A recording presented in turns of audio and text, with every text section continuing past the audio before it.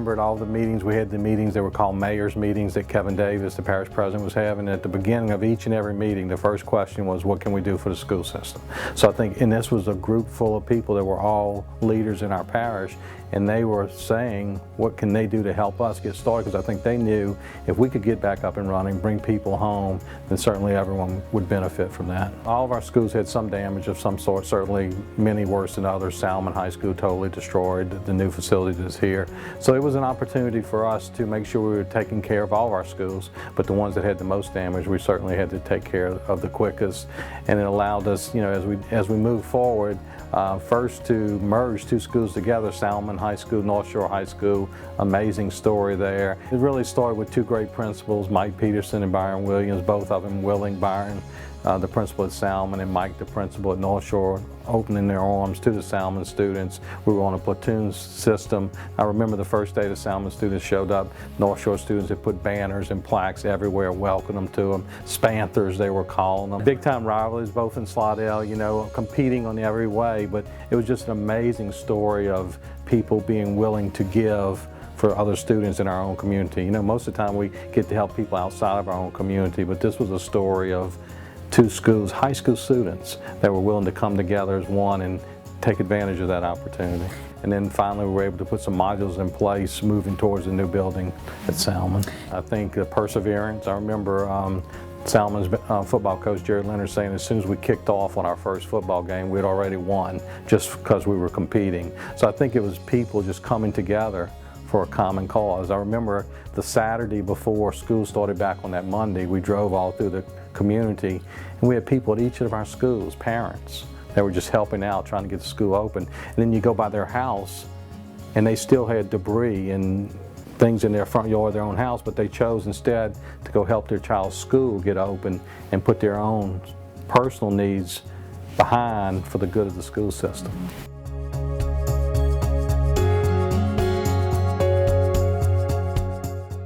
Post-Katrina, Tenacity was critical to ensure that we built an adequate infrastructure, not only for what was required for the short-term and long-term recovery and rebuild of Southeast Louisiana, but most importantly, the need to envision for a future, to identify career opportunities and training initiatives that actually had not even yet been developed or existed. So as we were anticipating to respond to current demands as part of the recovery, it was essential that we anticipate what future demands would look like based on progress.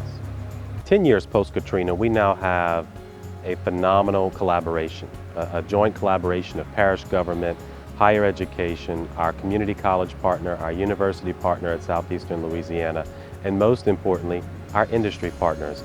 The curriculum that we anticipate delivering at our state-of-the-art science, technology, engineering, and math campus is a curriculum that was specifically constructed by industry, not only for the needs of today, but to serve those needs that they're projecting for in the future.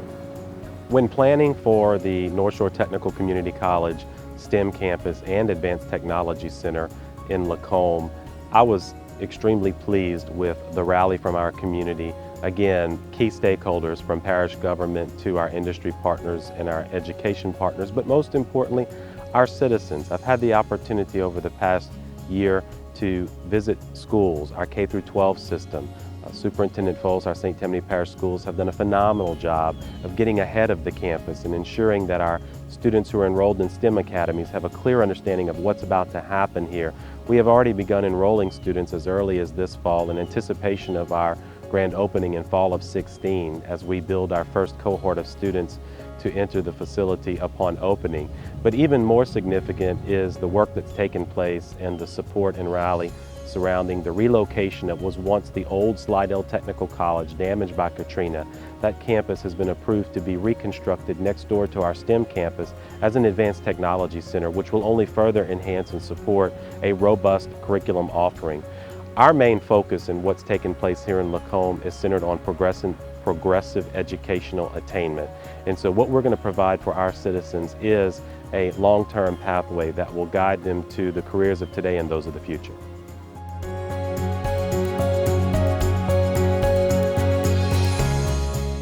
The library was back up and functioning 2 weeks to the day after the storm started.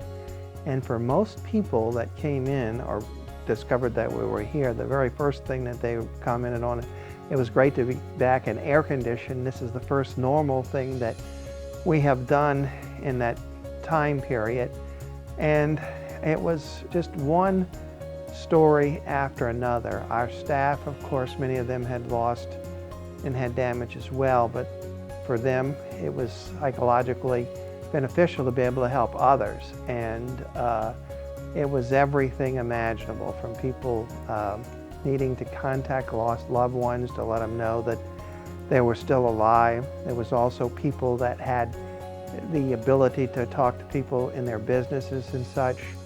And for a lot of people that made a difference, whether those businesses were able to survive or not. But on a very personal level, and imagining the loss that people had, there were a lot of people that needed to go online to get FEMA help and all kinds of help that really up to that point had avoided computers. And for us, we turned everything that we had computer-wise. Not only did we have the public access catalogs, but we used the computers that we used for just looking up books. We took computers out of the back room, wherever we could set up something, there was just that much demand.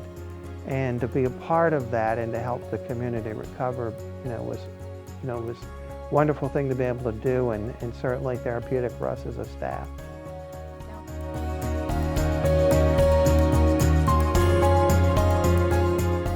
We relocated, like I said, because of Katrina. We're in Mandeville, and people tell you all the time, how did you get through it? I think you just went through shock for a year or two. I think you woke up every day and just did what you had to do, either fighting with the insurance companies, finding a new place to live, trying to establish a new business. It was a challenge. But I had a lot of friends in St. Bernard Parish who lost people. I didn't lose any people, I just lost stuff. So that was one way I used as a coping mechanism. We got new stuff. I don't have anything older than 10 years. Everything that I have is 10 years or less. We sat up here. We worked in Chalmette for a year and a half. Murphy Oil Company gave me a job. We fed those guys as they rebuilt the plant. After that, we looked over here. We found this location. There was a restaurant in here called Rockefeller's. It was available for sale. We bought it, and now it's 8 years later, and we've been through some ups and downs. I mean, we had a great first 4 or 5 years with this honeymoon period, and this community is booming. And then we had the BP oil spill, and we got through that, recovered, things were going good. And then they had a major highway construction project in front of my building that lasted almost 2 years. We've got through that, and now we're kind of on a new rebirth. We just remodeled the whole dining room. We're getting ready to redo the menu, trying to get a little re-energized, and just keep going. I mean, like I said, it's been a challenge, but the most positive thing about being in Mandeville for me is I probably just got lucky. And because of my child being here and my grandbaby, I gravitated to them, but it wound up being in an awesome community that's been supporting my business now for 8 years, and it's got a bright future, so it's been awesome. They say God doesn't give you more than you can handle. My biggest question is when I make it to heaven, I'm gonna ask him, you were pretty close. Because I think he gave a lot of people right on the edge of what they could handle.